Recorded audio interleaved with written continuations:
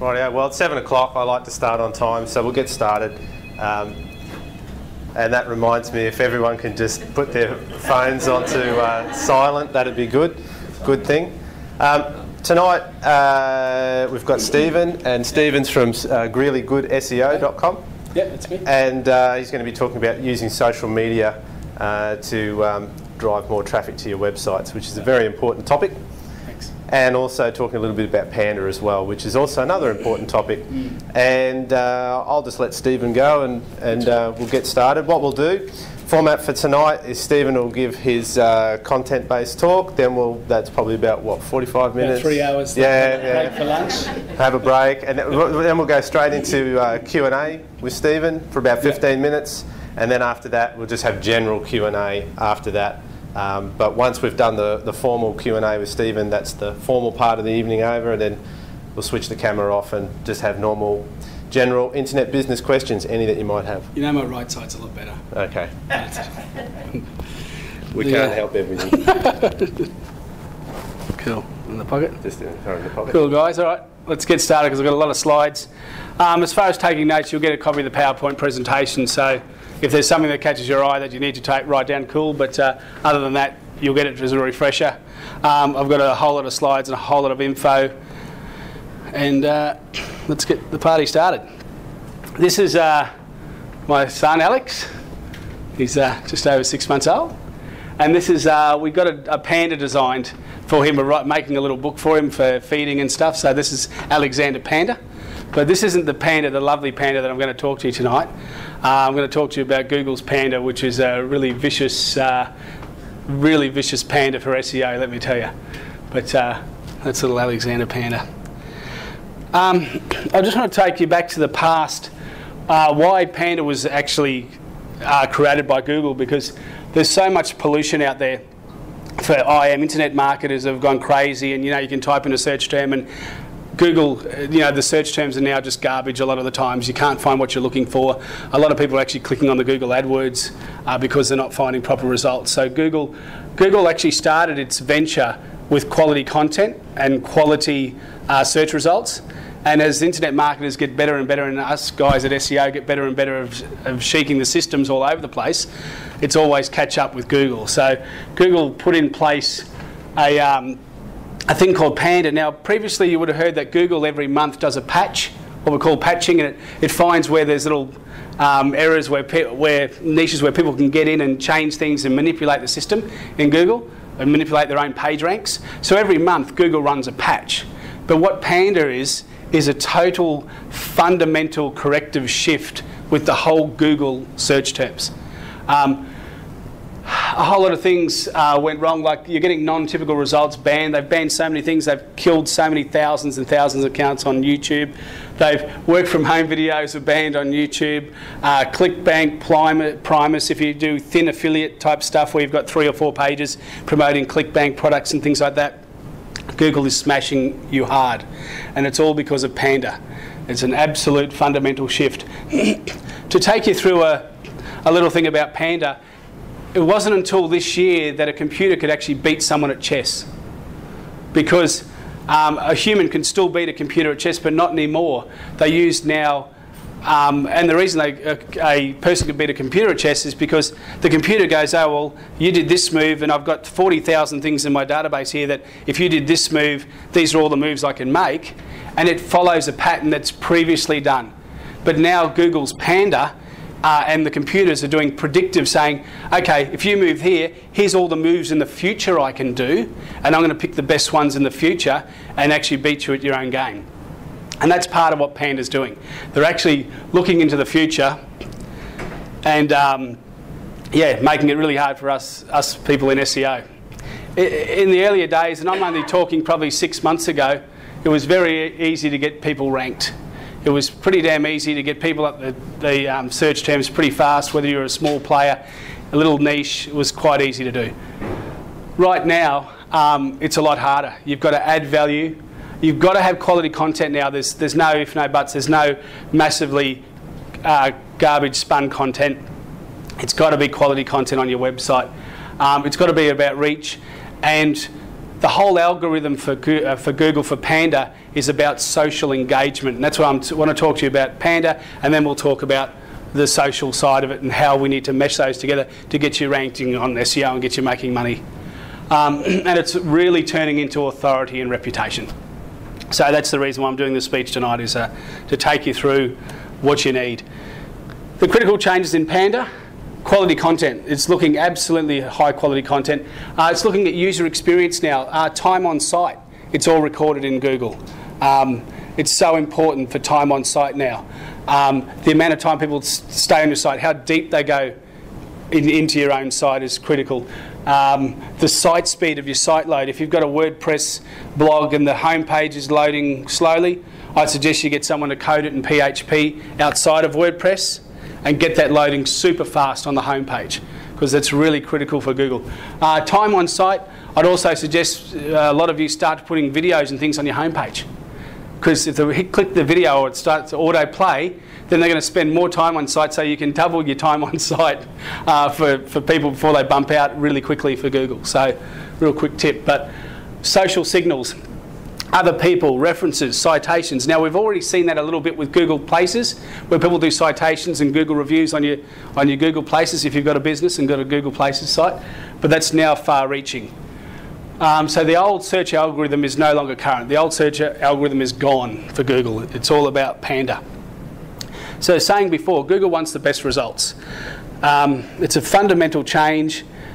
I think it was Larry, a guy called Larry that came up with PageRank, or Larry Rank or something. Larry Page, that came up with PageRank for Google. PageRank's basically gone. We can forget about PageRank as far as how that's going to help us in the future for Google, because as a SEO person, I say, okay, all right, so for this keyword for bathroom supplies, my highest competitor has got top 50 backlinks or an average of PR of 3.4, and multiply that 50 divided by the average. So let's just say it's about 300 points that I need to get to beat him. Okay, look at how old the site is, how many pages, what page density, title tags, meta tags, boom shakalaka. In 3 months I've kicked his ass.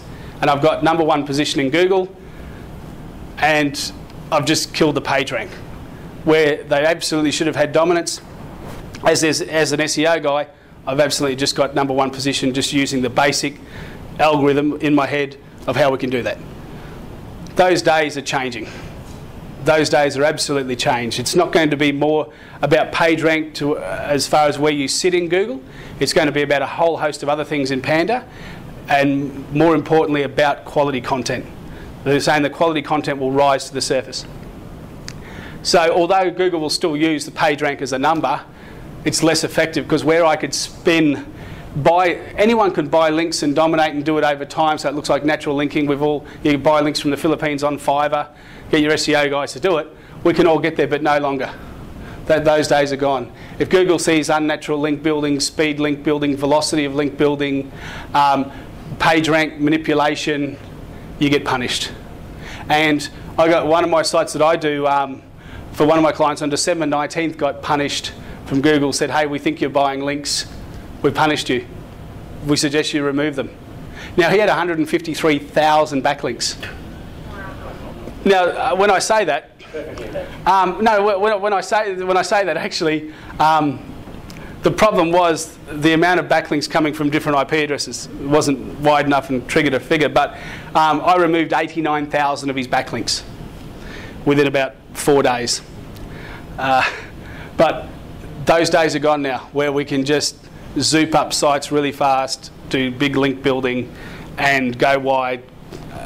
Those days are gone, which is a shame, because we have to work for our money now. It's a lot harder. It's a lot harder. Panda is so much more sophisticated. In fact, it's so sophisticated now that it doesn't run every day. They run it periodically. Now, the last time they ran it was the end of February, March, and a whole lot of sites went crazy and went down, and then 2 weeks later they come back again. They're actually testing Panda in sections, and they're adding more parameters to Panda all the time, and I'll talk about what Google are doing right now.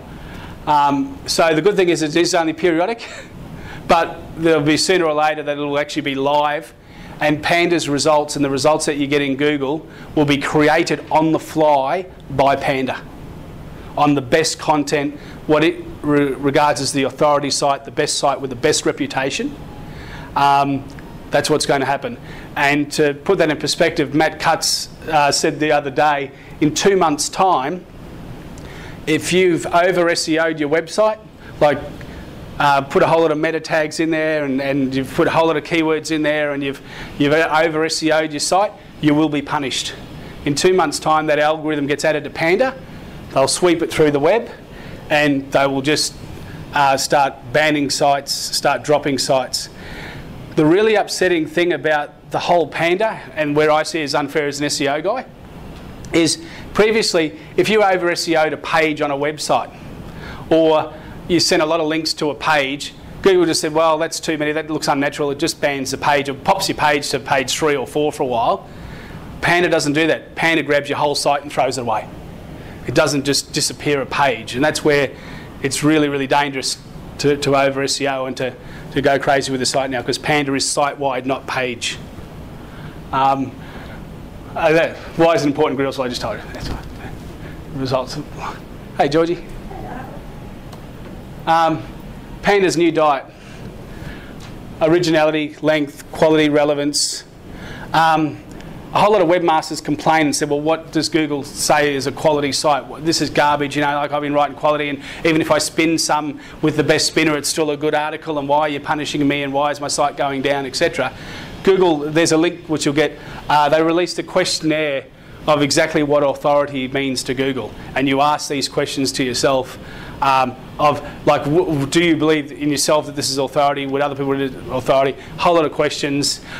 Is it written in a salesy point of view, or is it in an information point of view?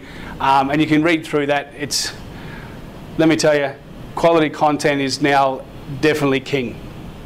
Huge amount of page link, going crazy with a huge amount of backlinks is not. It's high PR sites from high PR value authority websites, basically, if possible, in your same niche. And if you can't go in your same niche, you go up one. Like if you couldn't find enough forums on bathrooms, you might go to household renovations. And if you couldn't find enough in household renovations, you go up to renovations. And if you can't go, you know what I mean, so you keep spiralling up. But you've really got to look at high quality backlinks over a nice even period of time for the new Panda. If you've got a new website, I now, for the first 3 months, you might have heard of a thing called caffeine in Google. Caffeine's a thing in Google that if you have a site like it's under 3 months old and it goes in the sandbox, if you throw too many links at it, it'll do too many things to it. Google just goes, puts it in the sandbox for around 3 months. So if you have a new site, do really little. Start your site with 15 pages, right, of articles, a disclaimer page, a sitemap, a privacy page, an about us, and an FAQ, right? And just throw a few links to it. Let it go for 3 months, let it grow. And after the 3 months, go a little bit harder and away you go. But the first 3 months are critical. And if you start off with 10 to 15 pages and the quality and the well written and got the right keyword density, you'll start to rank naturally for those key terms. And when Google goes there the first and second and third and fourth time to that site, it says, okay, it'll start to feel that your site is about authority and quality for that term. If you start a site, like a lot of us do, we get excited, we start a site, we get on a WordPress, boom, throw the WordPress theme, boom, throw a page, oh, too busy, 4 weeks later, we've got nothing on it, and Google's been to it a few times, we've got nothing on it, no, crap. That's no good. Google goes, well, why should I come back to this site? There's nothing on there. I'm just going to, it's not an authority site. So start your sites with good content on it from the word go. Okay, yep. On the tree and off the tree. There's been a fundamental algorithm change in Panda for websites, which is above the fold. If you've got too many ads, too little content, too many big pictures, Google's starting to think, well, that's actually a selling site. I want an information site. It's probably like a review site. I want sites that give quality content to my peeps, and they'll penalise you. So start looking above the fold, the first third above the fold for your websites. And look, there's ways you can do it, right? You can have You know what accordion is, where you hit a plus button and goes zoop with all the content? You can have 5 or 6 lines with accordion style, so when the code on what Google reads is still all the text, right? But it's zipped up a bit on your site. So you can still get the same look and feel, but you use a bit of JavaScript. But really take notice of this one because you will be penalised. And the hard part of it is now with the SEO is you're going to get a site that's going to go down and up and down and not really know why. So I'm trying to give you guys all the reasons why a site's going to move right now. Quality content, quality backlinks. What do I mean by quality backlinks? It means anchor text contextual backlinks within like an article or within text. Not at the bottom of a footer of a website or a WordPress blog on the blog roll. I mean an anchor text link with your URL and anchor text within a body of content, which is related content. You know, not an article on how to fix your ankle at home and you're selling washing machines. It's got to be about washing machines. To put it in perspective, Google just went crazy with Panda, with content farms. Do you know what they are? The people that own a whole lot of URLs that they just put blogs on, and people pay money and they get their articles there with anchor text, beautiful quality backlinks.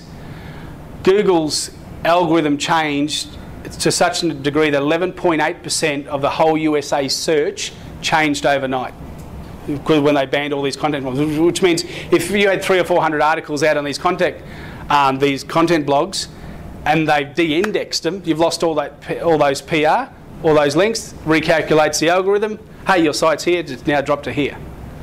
So Panda is unlike Alexander Panda, it's an ugly beast. So off the tree, we were talking a bad link profile can hurt you. Now, previously Google always said that, you know, if someone starts to do a whole lot of links to your site and all the rest of it, you know, like a competitor does a whole lot of things to your site, it's not going to hurt you. Well, that's garbage with Panda. It can hurt you. If people do really bad link profiles to your site, it'll hurt your site. Real simple. If there's too much high percentage of junk links, it'll punish you. So it's a serious beast. So this is what we need to stop if you're looking at it. Auto blogging. If you've got a whole lot of auto blogs, the days of auto blogs it will disappear. An auto blog is where you suck in other people's RSS feeds. You might grab the full feed or a part of the feed and you create a site automatically. Now I've got about 15 auto blogs and they seem to still do okay, but the days of those will disappear. Thin affiliates, that's just where you've got a one product where you're selling something from Commission Junction or something. You might have acne cures or something. You've got 3 or 4 pages on it and you're pounding a whole lot of links to it, Twitter and Facebook and stuff to get people to the sale page. Google's targeting those with Panda. High pitch to content ratio. Google understands sale words and sale. So high pitch to information ratio, it'll start to target. Content farms are eaten. Yeah, if people copy and paste Amazon, which I've used to do too, you've got Amazon products you're selling on a site and you just copy and paste all the testimonials and stuff and grab stuff, those days are gone. So we have to change. We have to do a bit more work. So there's a lot we need to do. The new way Google search is going to happen. Over time, there's going to be no such thing as top ranking, which is scary. You think of a business and your business is totally related on being in #1 position of Google. In the US, it's already started where if you've got, Google Plus, we'll go through a bit of the Google Plus tonight. It looks at what's the best. Google's going to really judge what's the best content. I'm going to rise it to the surface. What have you searched before, which is going to influence your searching decisions of what you want to see on your personalised page? When you're in Google Circles, what have your Google searches, friends, affiliates, acquaintances, what have they searched related to that topic that's going to change your actual personal search? What are people in your area that you live in suggesting and searching for that particular topic? Going to change your search. Now, this is probably, I reckon, 6 months to 2 years away. They've already started part of it in the US. On the right-hand side, near where your AdWords are, it's actually showing you who the experts are that Google chooses of the authorities for the search term you type in. So it's already started in the US. Then it'll start to then filter through your actual further search results. So you're already seeing it now if you've got a mate that says, I like this, and you're seeing your likes down the bottom of your Google search. Have you seen that? You're using Google Plus? Google Plus? Okay. If you're using Google Plus and you've attached to your acquaintances and you've got a mate that's written an article and you've liked it, it'll show up at the bottom of your Google search at the moment. So the answer is go wide. What do I mean by go wide? Wide backlinks. A lot of PR, but randomly mixed backlinks. It means Tumblr, it means bookmarks, it means articles. What I mean by go wide is don't just think that if I just do this type of backlink, like if I just get onto Dig, or if I just get on Delicious, or if I get on a Stumble Upon, or if I get on the Facebook and just do those and just keep telling people about my website or put the URLs there to get it indexed, that I'm going to rise in the SERPs. We're not going to. We need to have a bigger plan to go wider, to get more links out there for natural, because Google will see if you do 60% of just blog content, like if you use a product called SE Nuke or something and you just use article directories and you just put all of your articles through article directories, and Google says, well, hang on, 60% of your links are coming from article directories, what about all of these others? That's not natural. You'll start to get penalised. So go wide. And I can show you how you go wide easy, so don't panic. You won't even need an SEO guy. So social, it's the new black. Google +1, and how are we going for time? We've probably used about half an hour, have we? 25. Oh, that's awesome. I've circled the ones that are the most important, bar YouTube, which is very important. So MySpace now is really about music. Stumble Upon, Twitter, Delicious, LinkedIn, Dig, Google +1, Facebook. They're the most important. They are the most important. They're going to make the biggest importance to your business if you concentrate on these ones alone. You can forget about the rest. These ones have got enough trust in Google, been around long enough now to absolutely get the trust. You can, don't worry, you'll get these slides so you don't have to write crazy what I'm saying. I'm going to show you a way where you can do this anyway. But what I'm going to talk about tonight in detail is Facebook, is Twitter, and Google+. Okay, look, I guess why social media strategies? We need to absolutely embrace the new technology in Web 2.0, and that's why Google introduced Google+. Google's failed before. It had Urquhart. It had a few other goes at social, and it's failed. Google +1, when it started, had 25 million people join it in the first 30 days. So there's actually, they've fixed, well, I don't think it's any good. Don't get me wrong. I think Google+ is just a waste of time. But it's really important to Google, which is the largest search engine, so we've got to embrace it. It's really important, this point here about the repackaging. Why we want to use social media is because you might have an iPhone, someone else has got a Samsung. You might check the stock market in the morning on your phone on the way to work. You don't go to a website. So we're all using different medias and different ways to get media at different times of the day, and we're using different social medias and stuff to actually connect and understand information. So if we're not actually giving that information to people out there, we're missing out on a massive audience of people who aren't using the traditional website at various times of the day. So we need to connect.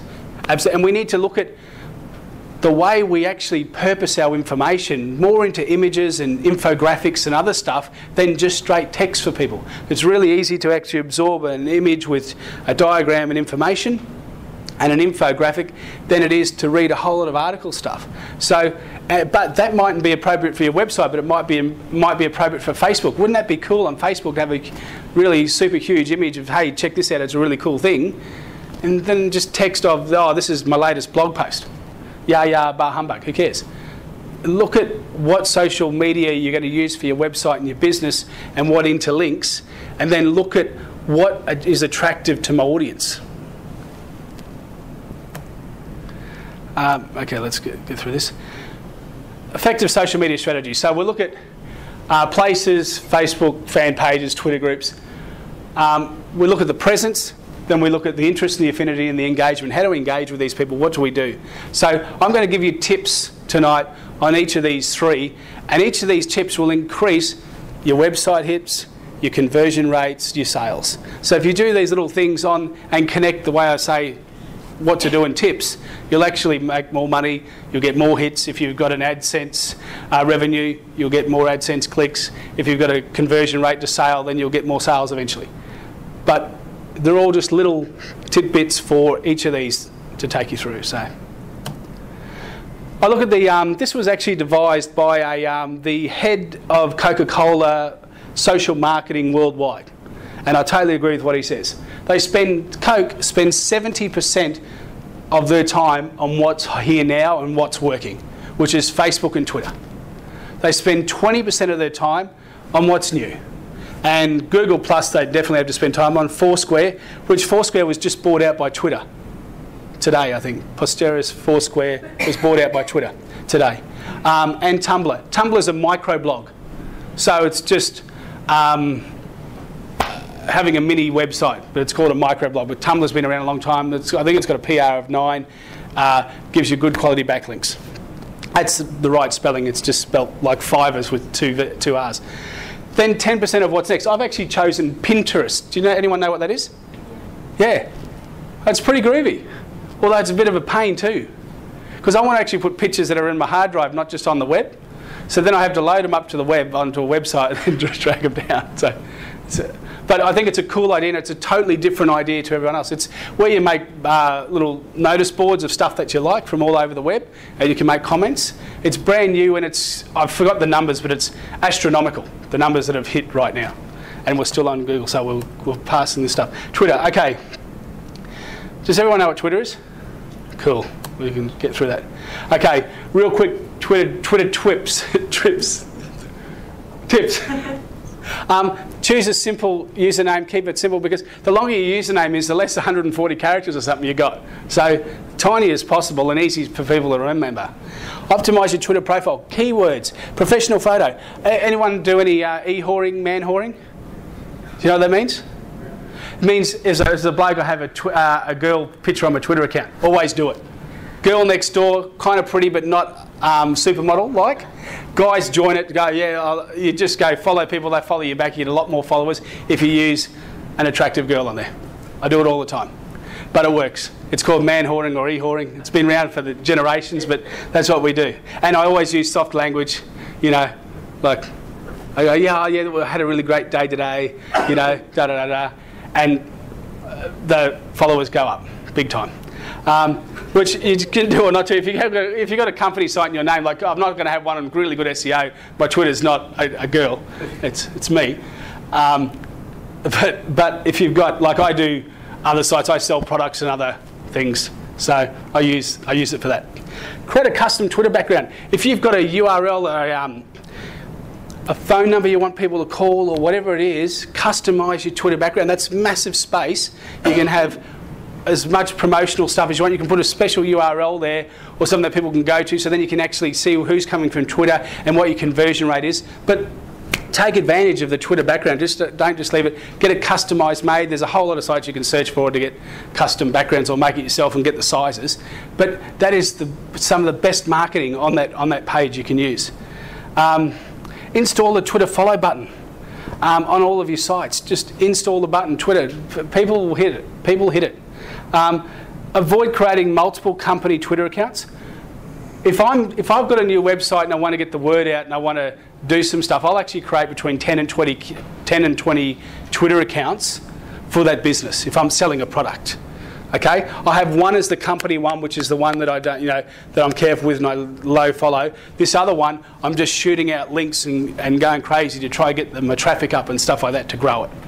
But if you have a one company one, which is your serious one, and I have a whole lot of other Twitter accounts that just throw information out and backlinks and other stuff to get other things indexed, but I have more than one Twitter account. But for a company site, just have one. What that does, just having one, it makes it easier that you don't have to follow all these other Twitters and update them all, etc. Which I use TweetDeck. Have you heard of TweetDeck? Yeah, that's what I use to. And I love TweetDeck. I never go to the website pages because I just love how it goes boom, and as a reply and someone's talking to me, instead of going the tweet, you're like, TweetDeck's like really cool. I like it. It's simple, and I'm pretty simple. Add Twitter accounts to share. Now, sharing the Twitter button absolutely increases for 7-fold the amount of times people will actually repurpose your content, tweet it out, and retweet. 7 times the amount by having the button there. Have all your blog sites, all your company sites. If you've got WordPress, I use WordPress a lot, so I talk about WordPress. But HTML sites, whatever it is, just use the Twitter buttons and the social buttons to retweet and stuff on everything. Connect to your blog via Twitter, so integrate them. Have ongoing promotions. You can use CoTweet or Hootsuite, the third-party applications, to schedule ahead of time. So you can actually, the cool thing is, if you're running a promotion on Twitter for a month, you can set all these Twitters up that you don't have to think about, oh, geez, I've got to send that thing out today. You've got it all set up like the autoresponders for emails. So you've got them all there, and they just send out beautifully. So if you have a promotion, have it already stepped out with Twitter. But on the other side of the automation side is, don't just think, hey, that's cool. Remember, you're going to get replies as well. So make sure you log into your TweetDeck or whatever to get the replies and follow stuff as it goes through. But that's what I do. If you're having a month promotion, get them all there ready. Optimise your tweets. Keywords. When people are looking for relevant words and keywords, make sure all your keywords for your SEO is in your tweets. Make sure that your hashtags, you write the right hashtags. And yes, we can use Twitter for sales. I've got a mate of mine Geek T-shirts. It's just a site that sells Geek T-shirts. He tweets out, hey, this is a really cool shirt. Makes about $450 a month. Sends about 6 tweets a week out. But he only sends, there's 2 parameters that you really want to take note of this. Only 10 to 20% of your tweets really need to be about selling. The rest is about information. You should also retweet other people. You should also look at who's in your core as far as who's important in your niche and retweet them. If they're a competitor, yeah, it's different. But if they're in groups, they've got really good information, you retweet it. It builds your respect and people actually start to join you. I also, for Twitter, go to other people to search, go to other people who are experts, and I follow their followers. And if they're following him because they're in that niche, they'll follow me. So slowly you just peel off all of their people over time as you follow them.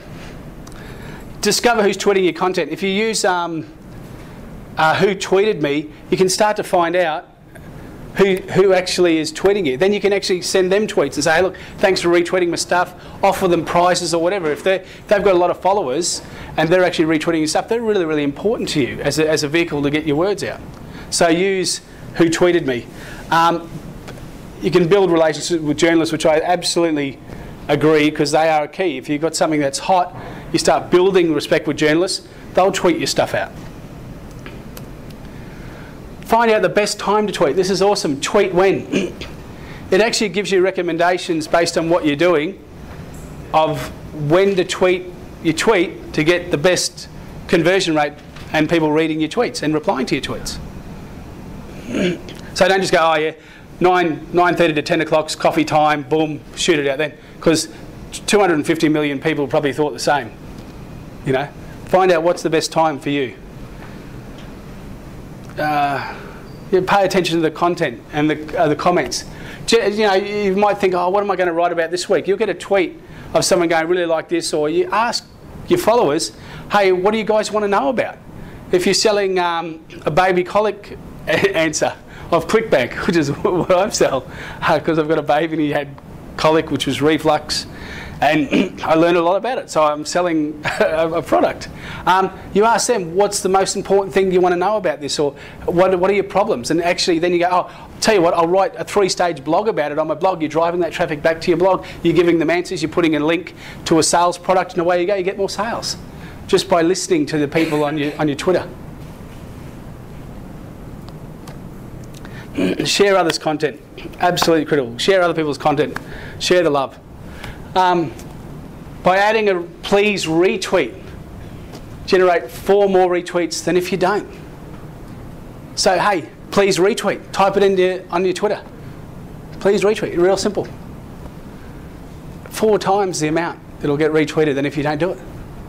So really simple. Create and follow Twitter lists in your industry. So go through who are the experts, who am I going to follow, who are they going to follow, who am I going to follow out of that leader, etc., and follow them. And have you ever danced with the devil at Twitter under the pale moonlight? Do you know where that quote's from, besides the word Twitter? It's from Batman. Yeah. Anyway. The fully tweet. This is fully tweet. Great headlines, by the way. Take advantage of the hashtag. Hashtags are it. Hashtags are awesome. If you're running a promo, like, sorry? How do you know what hashtags to target things to? Do you just search in the Twitter and just search what you think it might be? Yeah, hashtags, two ways. For you, when you're sending a tweet out, if I'm doing something about baby colic, I'm hashtagging colic, hashtag baby colic, right? So when people are searching for that, I'm coming up. If you're running a special promotion, right, for your product on your site, and you put a special hashtag, so then people that are actually part of that promo can follow all your tweets about that promotion with a special hashtag. If you're looking for a specific product or stuff that's related to try other followers, yeah, use a hashtag that's close to your product. Hashtags are gold. Gold. And analyse your Twitter presence. You can get Twitter Grader, analyse your Twitter influence. It compares you against millions and millions of people to say, hey, whether your Twitter sucks or not, or whether it's really good, what you're doing, it's pretty good. You can use Twitter for lead generation. I can't stress, with Facebook, with Google +1, with every single social thing that you want to do, if you want to measure it, and you do want to measure it, and I haven't done a lot of pages on measuring because that's a whole other issue, but have specific landing pages, specific phone numbers, specific. You can buy a 1300 number if you wanted for $5 a month. If you're doing a certain promo on your site to say, hey, call us for this special deal, you can actually measure your marketing, right, with a 1300 number if you wanted to. But have different landing pages and monitor the results. And then use your Facebook, do Twitter, do other socials, and see which one for your niche, for your product, gives you the best result. And concentrate on that. Twitter favourites is cool. You can actually store Twitter favourites and save Twitter favourites. And what you do is people give you really cool testimonials or praise. You keep them there, and then you can actually add that to the, pretty sure you can add that to the front of your Twitter so people see these testimonials and stuff in your favourites. Awesome. Awesome. Advertising on Twitter. You've got quite a few. You've got promoted tweets. You've got promoted tweets. You can promote a tweet. You can sell your tweets. If you've got a fair good amount of followers, you can go through these companies, and I'll show you on this slide. You can actually sell out your tweets with a marketing message and make money from it. Pretty cool. You can promote trends. If people are searching for trends, you can actually sponsor that trend, and it comes up the top that you've sponsored the trend. Now, it may not even be related to your product, but so many people are going to see that information that you've sponsored the trend and hopefully get a click through to your Twitter and then to your page, and away you go. Sponsored tweets. Give away freebies in exchange for tweets. Set up pay buttons. You go to this one, pay with a tweet, set up a pay button which says, hey guys, I've got this great product, it's usually $57. If you click on this download, you get the ebook for $4.95. Bingo, bango, bango. Boom shakalaka, hit the pay button, goes to the site, pays, takes them to the download page. Simple. Real simple. And there's a couple of others. Buffer app and tweet adder as well. It'll do that as well. But really, really easy. And you can do the same thing, you just send people to a different landing page as well, but put a pay button on there, why not? Facebook. How are we going for time?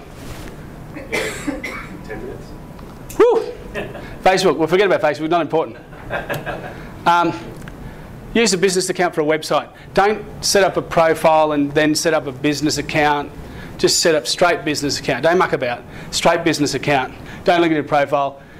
With the new, who knows about the timeline? Cool, coming out 30th of March, I think.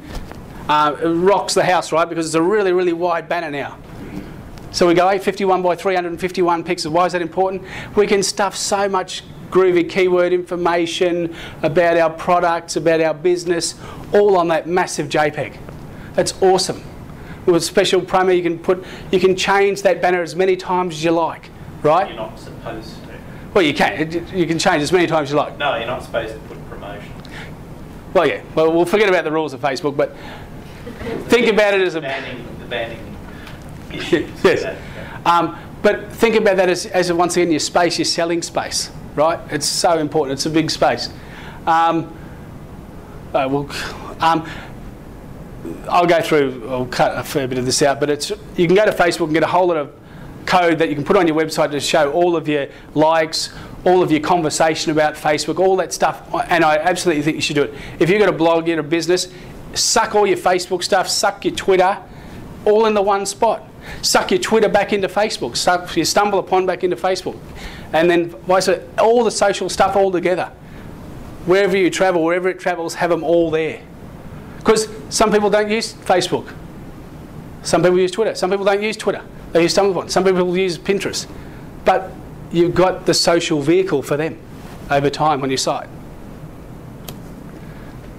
Yeah, that's just plugins and stuff, as I said. To get all the stuff, Facebook likes and all that type of stuff, you can just go to those URLs. They're all there, and you just grab the code and you put it onto your site. Open Graph. I didn't know what the hell this thing was.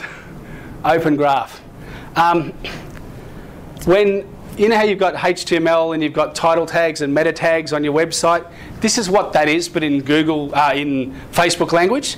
So if you add this to your code, you know when if you add this to your code, then it actually gets sucked through the Facebook and you get better title tags, better metrics. Even though if you fix up your title tags and your meta tags and descriptions for a normal website, you know when you type in a website it goes whoop and the picture comes up and the stuff, the more you are specific with that, that's a great selling tool and a great time to sell, especially in the description if you think about it. What do you want that to say? Forgetting about Google where you want to rank, when that URL goes into Facebook, what do you want to sell? What do you want to say there? Right? Make sure that for your description, for your title tag, you're looking at what the outcome you want for that article is on Facebook and on Twitter. So be very particular with your meta tags, your keywords and your title tags. But the Open Graph is the Facebook language where it uses different tags for those things. Do you need it? Not so much, but in Facebook search, it becomes more important. When you add your website to Facebook, not as important, but when people are looking for Facebook search and how you come up, it's important. Yeah, obviously optimise your Facebook business page. Optimise it for your keywords, for your ranking. Add a like box, place your Facebook comments, let people log into Facebook for your comments on your site. So you've got a blog. There's so many plugins and other things that allow people to just log in. You can go to Facebook Connect and just copy and paste the code, slap it into your site, and they can log in to your site through Facebook and make comments through Facebook. Make it easy for people. Oh yeah, I've got that. Claim your own page vanity URL. You know what that is? Vanity URLs? Cool. You only need 25 likes. So if you start a new business tomorrow and you go Grealy Good SEO, it comes back as Grealy Good SEO /S115788. If I want to claim my name as that vanity URL, I need 25 likes. Don't anymore. You don't anymore? No. Fantastic. I just usually go on Fiverr and buy 50, come back the next day and just do it. But that's cool. Auto-publish your blog content. But understand still, though, that it's a social site. So people are going to want to respond and comment on it. So don't just think, oh, if I just suck in 20 articles and schedule them and just fill up my Facebook, don't forget that there's interaction there. Sometimes we forget, oh, I just want get stuff indexed and get high in Google and do this and do that. It's a total interaction. So you've got to see what people are saying about those articles and blogs. Yeah, as I've already said, meta tags, descriptions, custom page tabs. Have a welcome page that's specifically made for your business, for your site, with the keywords that you need. Just go specific, exactly what you want for your business. Create a welcome page, and it's using a welcome app. Use Google Insights to see. That's about seeing the data on Facebook and what's happening with Facebook and what's happening with your pages and how people are interacting and engaging on your site. Really, really important information. If you see that they've actually loved this post or they're clicking on one image you've got or whatever, it's really, really important information for yourself, for your business. So use the Facebook Insights. Tag other users, tag other business pages. It's all about social, remember. It's all about sharing. It's all about a community. So absolutely, before you could only tag users, and now you can tag people's pages. Hey, I like this page, it's cool. So tag the pages. Well, absolutely, you know, pimp up your Facebook. Grab your YouTube channel.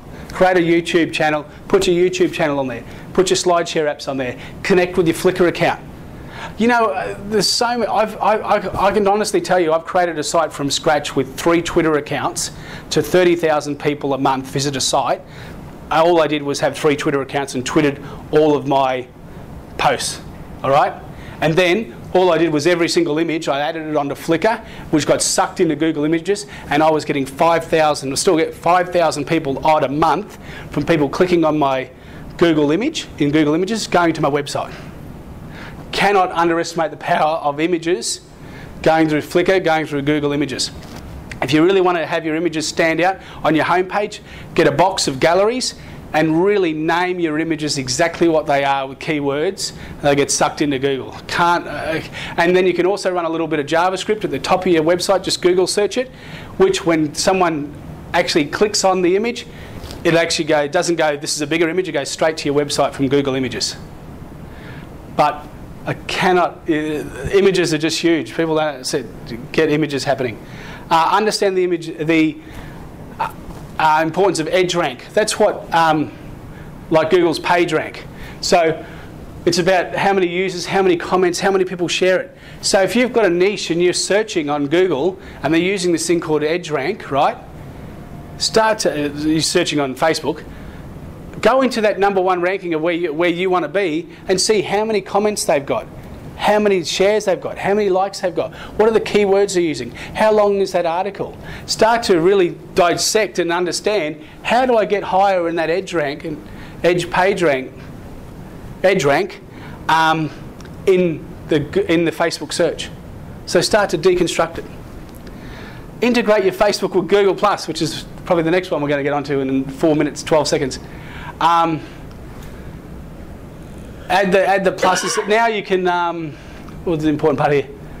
Yeah, you can actually add a tab which enables you to update face statuses to your Google Plus account from Facebook, which is cool.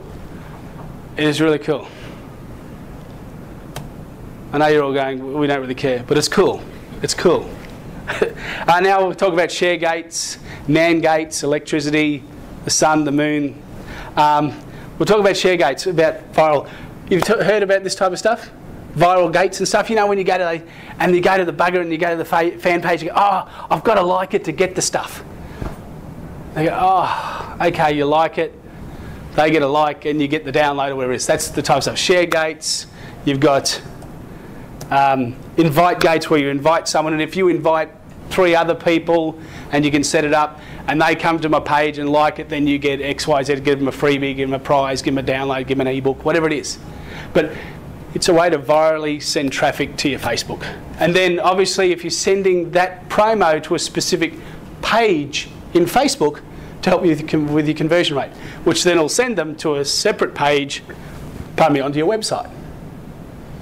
So think of everything as a campaign to make money. It's all about money.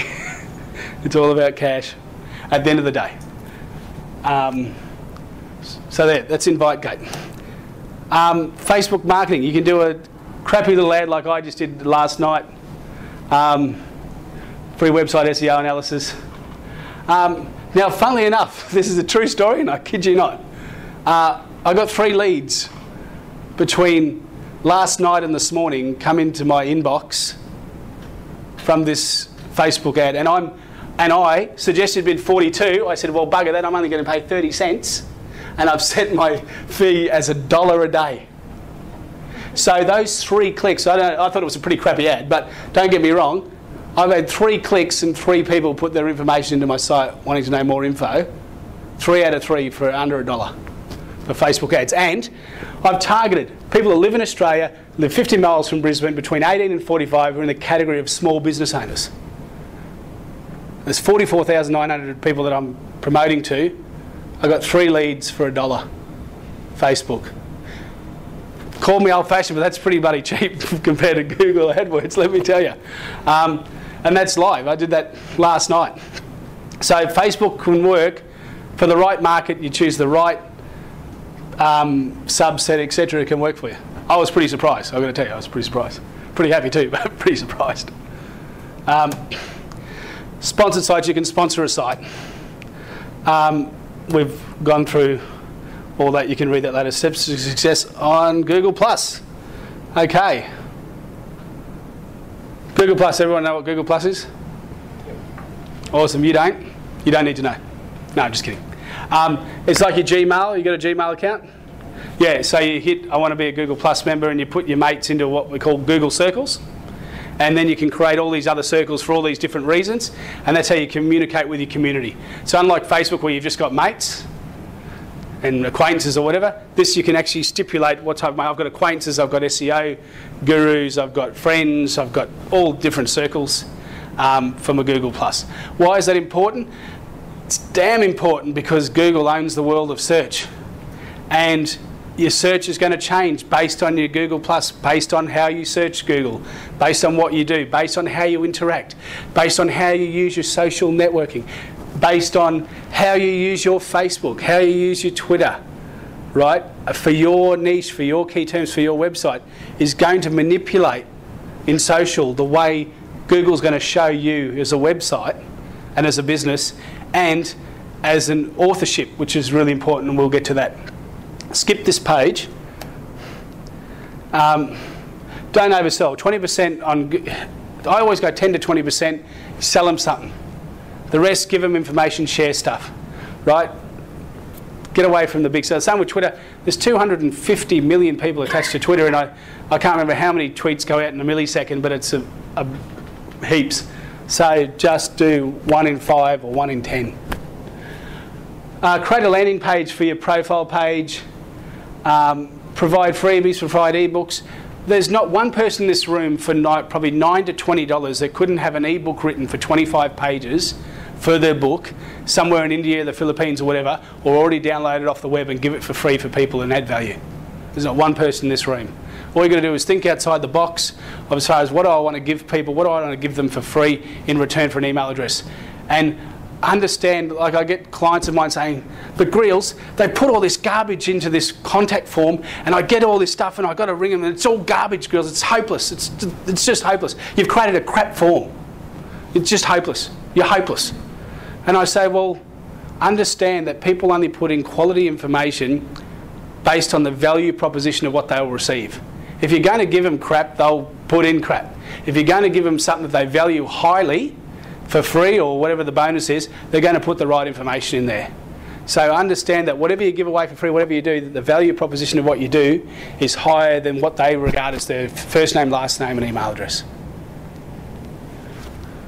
Google+. So create a business account, let readers +1 your posts. Once again, add your Facebook, your Twitter, your Google +1, your social buttons on there. Direct connect. You can get go to Google and get the plug-in badge where people can actually Google +1 you directly from the search. That's in the US, it's coming here. So if you put this little bit of code on your site, they can go boonk, like that, add you straight to their Google +1 or that article to their favourites, straight away from the search, which is pretty awesome. Authorship and markup implementation, that's where I'm going to spend most of the time that we've already lost, but we're going to gain some more. Authorship markup implementation. This is where it's important. Understand the author. You know when you're searching Google at the moment and you see some people's heads come up besides articles or besides what you're searching? That's basically authorship. They've actually told Google that on that page they have written the article and they're an author of that. And how you do that, I'll take you through, because this is out of everything you take out tonight, forget about Twitter and forget about Facebook or whatever, how you're going to get seen. If you're in number 9 in Google and you've got this picture down below that shines up like a beacon in number 9, I can tell you people are going to click on you. So this is really, really important that if you don't get anything tonight, get this authorship stuff because it's really cool. So it's really simple. There's if you've got WordPress, you can download a WordPress app that'll actually add the authorship stuff for you, and you just paste it. Simple. If you don't, you go to Google search rich snippets in Google. Rich snippets. And you'll see the tag. It's only a tiny bit of code. But I'll tell you through the process of how you've got to do it.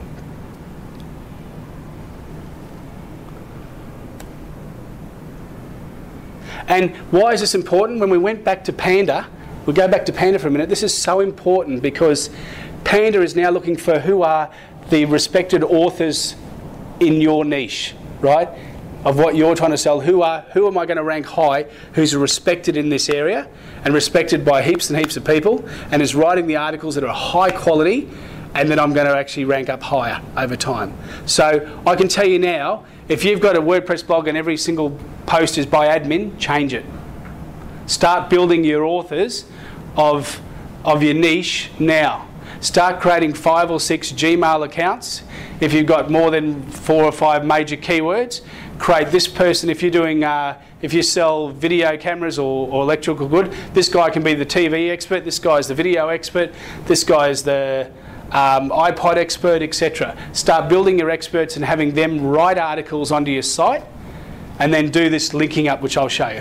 Why is it important? Because the more and more articles of quality that person puts out, and the more it's joined with Google, it gets respect in Google Plus and authorship, and people start to join those people's circles because they like the content. When more and more people join that circle of that person, your whole site, your whole website will rise up in the search engines based on the authorship and verification of that site, based on how Google judges those authors and that content, as well as a whole lot of other parameters, but Panda is really strong on that. So if we start doing that now, that's really good. If we don't, you don't.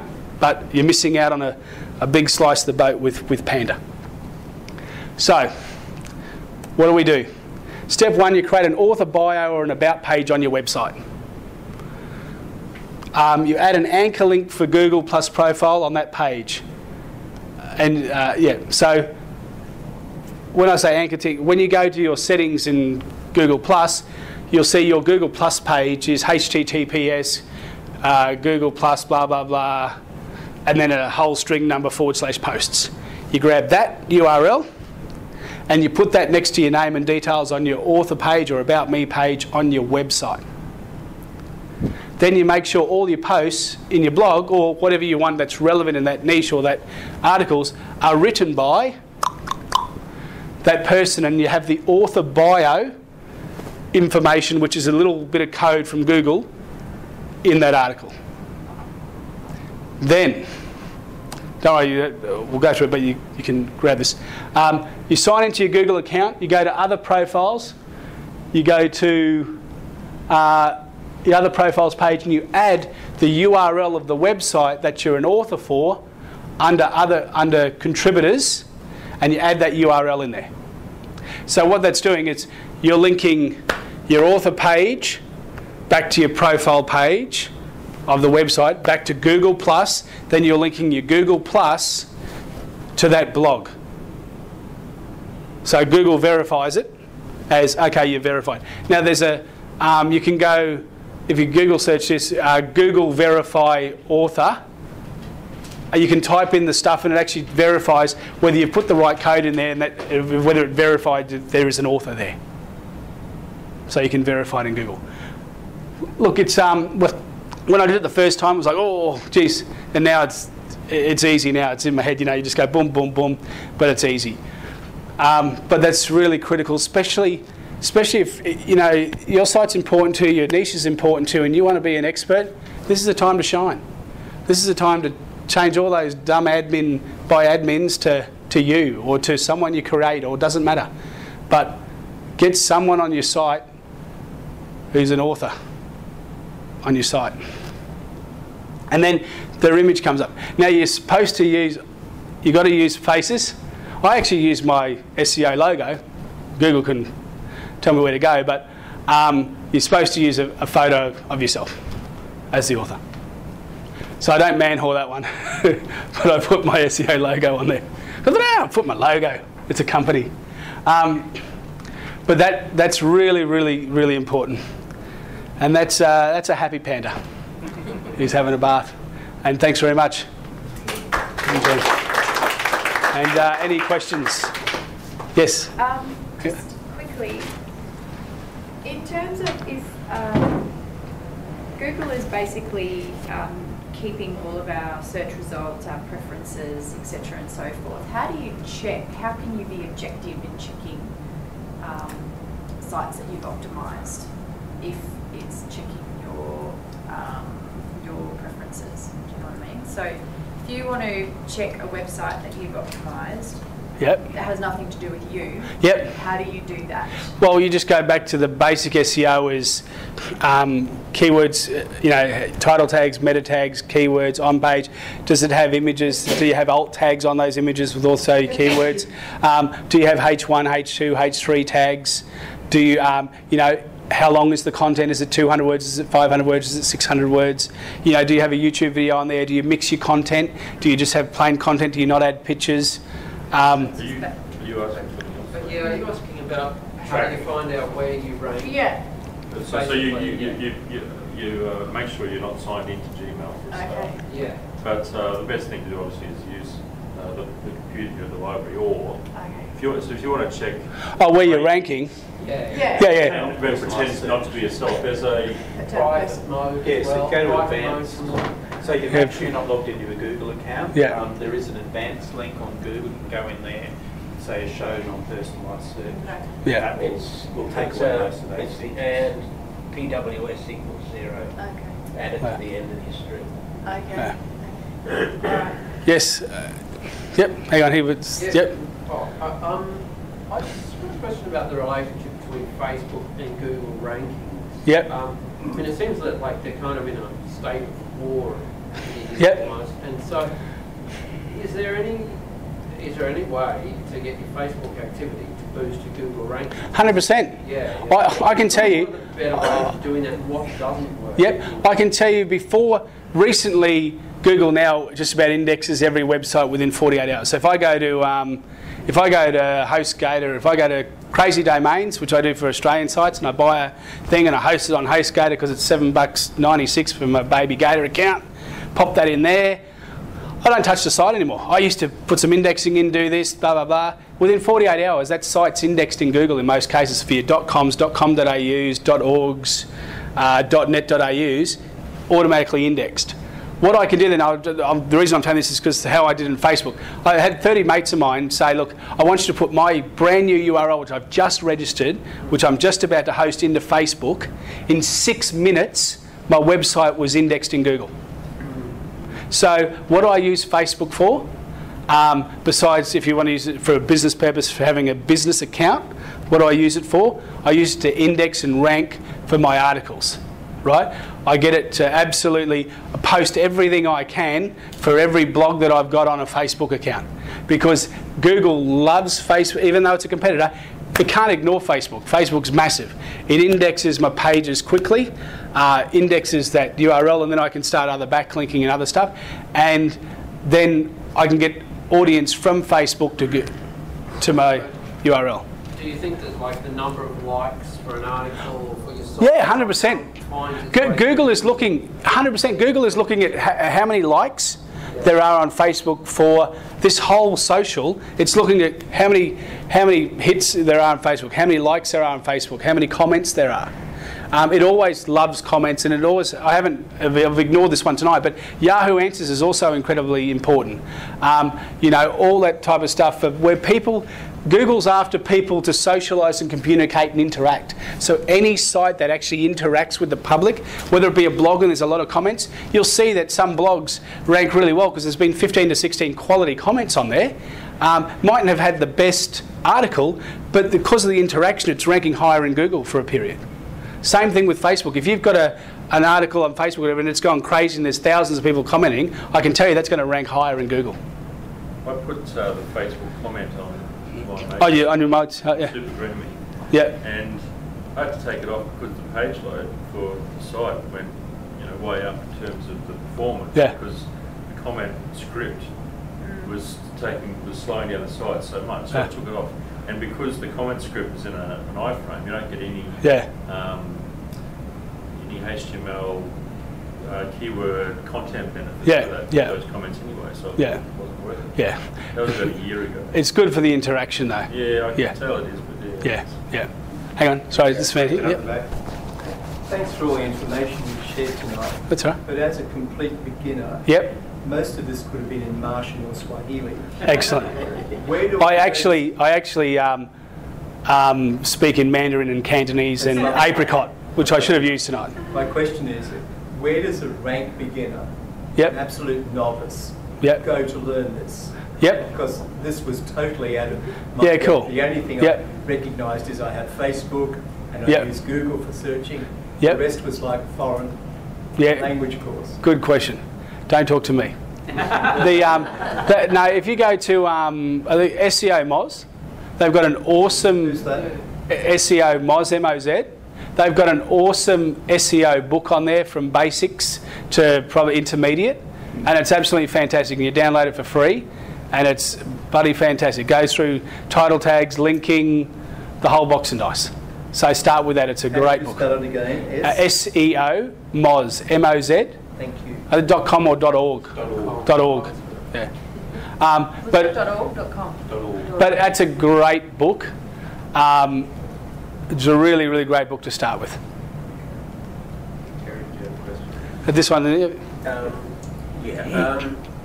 A lot of what you've spoken about tonight has been a relationship between social and effectively its impact on Google ranking. How well you're going to do. But there's a whole niche out there of sites that actually predate Google. They are, for the want of a better description, informational or encyclopedic in nature. They have no social relevance at all, never have and never will. Are those consigned now to the dustbin? Or No. How are they going to survive in this social media driven environment? Well, those Are you talking about? Give us a. Have good content. If you've got, like, let's just say, look how Wiki's. I mean, Wiki is a social, right? Because actually, people from all around the world contribute to it. So it's actually, Wiki is a social site. Because it is because people contribute all around the world to the Wiki site. A university site where they've published a research paper on the state of the wetlands in wherever, and that's it's a static piece which is very informative. Well, very authoritative. And it's great information, but because it wasn't done in the last 2 months, because 50 people didn't share it. No. Let me make something really, really, really crystal clear tonight. Content wins. Forget it. Social, okay? Content is king right now. Content is king. You've got the highest quality content, Google's looking for it, and it's pushing you up in the SERPs. Well, I guess the other logical thing... But obviously social and other things have a major aspect, but Google's looking for the highest quality content. Google is making an absolute effort to get the highest quality content to rise above where it's Google saying is, this is quality content, I need to rank this higher. And I need to move these down. Well, I think it will also hugely depend on what you're searching on. You're searching on a best burger East Brisbane, and it's going to be all about social. All people who just voted on best burger East Brisbane. You're looking for wetlands research. But that's why I say to you about the Google author is so important, because if you've written one article on the wetlands, I don't give a crap. If you've written 40 articles on the wetlands, you've got an authorship and they're all linking back to your Google Plus, right, you are now an expert in Google's eyes, right, about wetlands. Okay. My business model, and I'm making this up, this is not necessarily me. I don't write articles, I write content. I put it up on my website. This article, the functions or relationships that you're talking about with an article, it seems to presuppose that it's part of a blog, that it's being put into a website as an article. Well, sorry, I don't write that. I write content and I make a new page on my website. which is still... Am I stepping outside? No, that's a blog. That's still an article or a page. That's what it is. Okay. Yeah. I mean, whether you call it a post in WordPress or a page, it's still content. Yeah. Or a work paper or a Yeah. or a thesis. But it's going to be very interesting in the next 6 months for Australia. What about we go back to this nasty panda? Yeah. And sites that are image laden. So they've got your image and those kind of things, and they might use a large image in the background and that kind of thing. Yep. So the kind of thing that Panda's going to say. So I'll tell you what Panda's looking for, like a review site or a thin affiliate site which just has a big image which says like if I go to Bowen, a product that I sell, a ClickBank product, which is baby colic answers in a CD pack, right? Got a big image of a baby this big, right? Big red, is your baby colic, big head H1, salesy, crappy type, and then the American squeeze sale page which runs down the page. Yeah. Google's looking for that type of thing.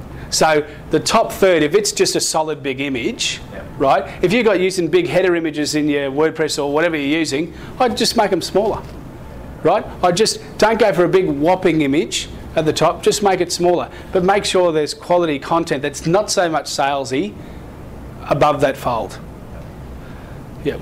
So Google actually recognises words in a PDF. Sorry, because I'm a beginner too, like that gentleman. Like I've had nothing to do with it so far. So if I've got images in there, the wording on there is recognised as content already, or if you just attach a PDF to your homepage. No, I've got images, photos, and text next to it. Will that be recognised as content, or is it part of the image? Image with text beside it, or like that'll a slideshow. If you're using if you're using one of those plugins that just throw images, right, then that's going to be as an image. I'm not. There's going to be billions of sites, right? Google's just saying this now about the third above. We haven't seen any actual changes as far as it banning or moving. But what Google is really trying to say is those people that just want to manipulate Google with thousands of links to force people to sell a product, which they go to search for one thing and they go to a crappy page which has got nothing to do with the topic, with a big image, etc. That's what it's trying to stop. If you've got if you've been around a long time with a good PR, then the chances are it's not going to change its position for you. But it's for those guys as a warning to say enough is enough, where you click on this result and they go to this, gets flicked to another page and it's just this big sales image. So if you've been around for a while and your site's still good, I'd just look at the sites, because to be honest, if I'm having a sales site or selling a product, I want the header image quite small because I want to focus on some content to get the emotional drivers anyway for people above the fold. But you'll find that a resort on the Gold Coast is looking to sell bums and beds. Wants their resort as big and as beautiful as they can generate. So they have a logical reason for the reverse. So like someone who's a designer or a photographer, there's not going to be much written content on but you'll also find that Google understands language. And if it's a bed and breakfast and understands what the site is, it's a travel site or it's in hospitality, it won't just go, it'll go travel, niche, it'll compare 25,000 sites in travel with the content, the amount of text for that parameter, and then say, okay, if it's outside this scope, I'm going to penalise it. You know what I mean? It's going to... I've seen a few comments recently about this above the fold story, that it might in fact be the amount of Google AdSense blocks being stuffed in there rather than the structure of the site itself. Well, it's AdWords, it's pictures, it's non-text related. The thing is, what I think Reels is saying is that if it is an image, Google is sort of assuming that it's a sales image, a big call to action, basically. They're assuming it's But you're right, if you've got, like affiliate marketers do, Google AdSense on this side, left-hand side, this hand side, the top side, it's all Google AdWords, an image and then a little bit of an article, and we've just smashed a couple of keywords which were easy and diverted people to the wrong places, right? Then absolutely they'll get chopped. That's what it's about. It's about bringing quality content and quality sites back up to the top and getting rid of the crap. So if you've got a quality site, you'll be okay. That's a really good point that I wanted to stress. Panda's not a bad thing. Panda's No, not a scary good thing. Panda's a very good thing. Yeah. It's designed to get better search results for all of us. Yeah. Playing the crap off of that. It's designed to get rid of the tactics and the tricks that, that you know, a lot of SEOs use to give unfair rankings. That's the hard thing about SEO, because it's everything that we do is actually against Google's terms of policy, because it says if you do anything that manipulates yourself in the search to try and get you a better position, you've gone against Google's policy. Everything we do is putting an anchor text on a blog to help that site is against Google's policy. So they're trying to... Good for the average site owner who doesn't necessarily know about that. If you focus on your user, if you put stuff on your site that's good for your user, it's going to help your rankings. It's going to help you in Google. The hard thing that I swallow with Panda, though, is the smaller sites who aren't writing as good or higher quality content are going to struggle in their niches to get higher in Google, right? The people that are absolutely, who've got the money, that are creating quality content all the time, are absolutely going to maintain their positions. So it's going to be harder for smaller niches to actually move up there. So for us, it's going to be harder for us to actually move sites. How do you tackle the international perspective of it? So if I put something in Google, everything that comes up is Australian, and I'm not looking for Australia, I'm looking for USA's websites. Now, how do you make sure that your website is coming up exactly where you want it internationally? Yeah, what I do is I've got a program called Hide My Ass. That's what it's called. And I change my proxy to I'm now in the US. And when I search Google, it gives me the Google results. I predominantly don't do a lot of marketing myself in Australia. A lot of my sites are US based because the populations are much bigger. So I do a lot of selling of my sites to the US. So I always go, it's called Hide My Ass. There's a whole lot of programs you can use, but you just go change myself to Arizona, click, it says you've changed your country, changed your IP address. I go into Google, gives me the US results. So you can't just get an international search? No, because Google, you can't click on that and go, Google, hey, I'm in Brisbane, no, I want to go Australia. It won't take you out of Australia. You have to actually physically change your IP address to say that, hey, which is cool because I use Hulu and I watch movies on Hulu and stuff because you can't do that in Australia. So it's cool in that way. But that's how I do it. So because I've got sites, I've got increased core body strength and a whole lot of sites that I'm only interested in US positions. Yep. Can't you just go to Google US or the international? No, it'll keep flicking you back to Australia, and even on the left-hand side, you can't choose outside of Australia. You can go Brisbane or Australia. You can't. You can go. Sorry. There's an add-on in Firefox where you can get international results. Yeah, to find international results, I do still get the Australian ads. Yeah. The results are actually not, they're not necessarily. Yeah, still knows you're in Australia. They're biased. Yeah. But I just changed my IP to be US, and then I know exactly where I rank for my. Hide My Ass. HMA. Hide My Ass. And it costs $120 a year or something, but it's awesome because when I do SEO and I want to throw backlinks from the US, from Australia, from all over the world, I just log into a different IP address and that's how I do it. Otherwise, it's come from the same IP address. I'm throwing all these links all over the joint. I use it all the time. It's my little baby. Sorry, here and then here. Yeah, you're right.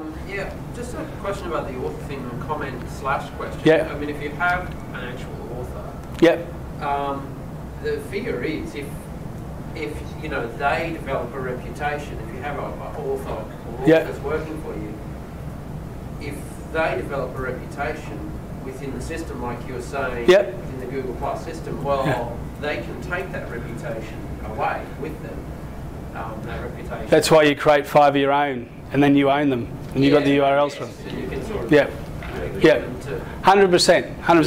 Like, 100%. That's why I create my own my own, and then you just build them from there. But that's going to be like, I love the fact on the search that someone's head comes up, it tracks the eye straight away. Like, I'll just actually, if we're just logged in here, I'll just show you another thing that I would do.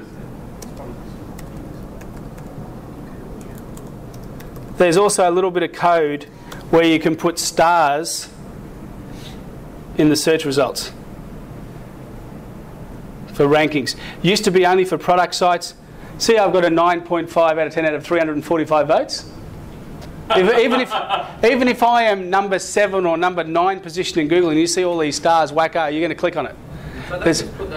I just put a little bit of code on the website. Yeah, it's a little bit of code.